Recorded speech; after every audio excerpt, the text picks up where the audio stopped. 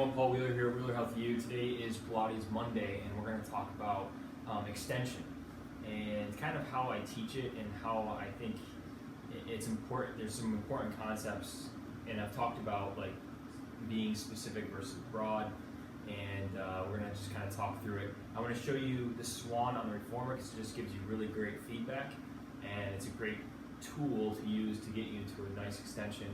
And then I'll demonstrate on the floor as well.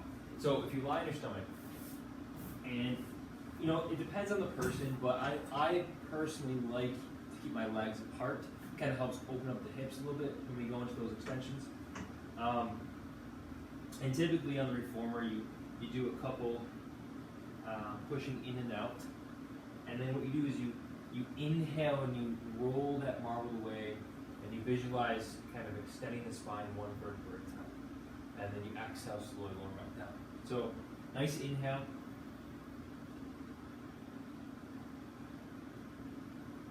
And then you exhale as you lower back down. You want to think about engaging your pelvic floor. Belly button's pulling into you, getting that transverse abdominis, and those glutes engage. And ultimately, you're just getting just enough to give you that nice support. And if you feel it anywhere specific, which is where we talk about broad versus specific, then that you want to kind of back off and try to make it a little more broad. So if you just feel like your lower back is doing all the work, especially if you have a lot of stiffness, if you're kind of stuck a little bit in this hyperkyphosis, it can make it more difficult for you to get that nice extension throughout thoracic spine, which could then make you extend too much from your lower back. So it's good to be aware of that and really visualize trying to extend one vertebra at a time. And so I kind of have that, I visualize, you know, each vertebra just starts to extend, and if everything's working together in a global way or a broad way, then that extension should feel very light and soft. So then if I show you on the floor, and I'll show you, again, same idea. You inhale, you roll that marble away, and you slowly lift up one vertebra at a time. Very, very gentle. I used to force this, and because I thought more was better, but just keeping it gentle, keeping it soft, allowing your body to go into that extension is really what's going to benefit your spine versus trying to force it.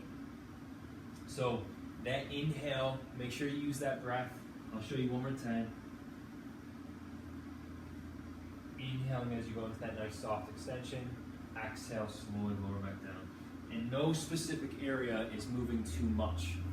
I'm trying to, and your body should tell you.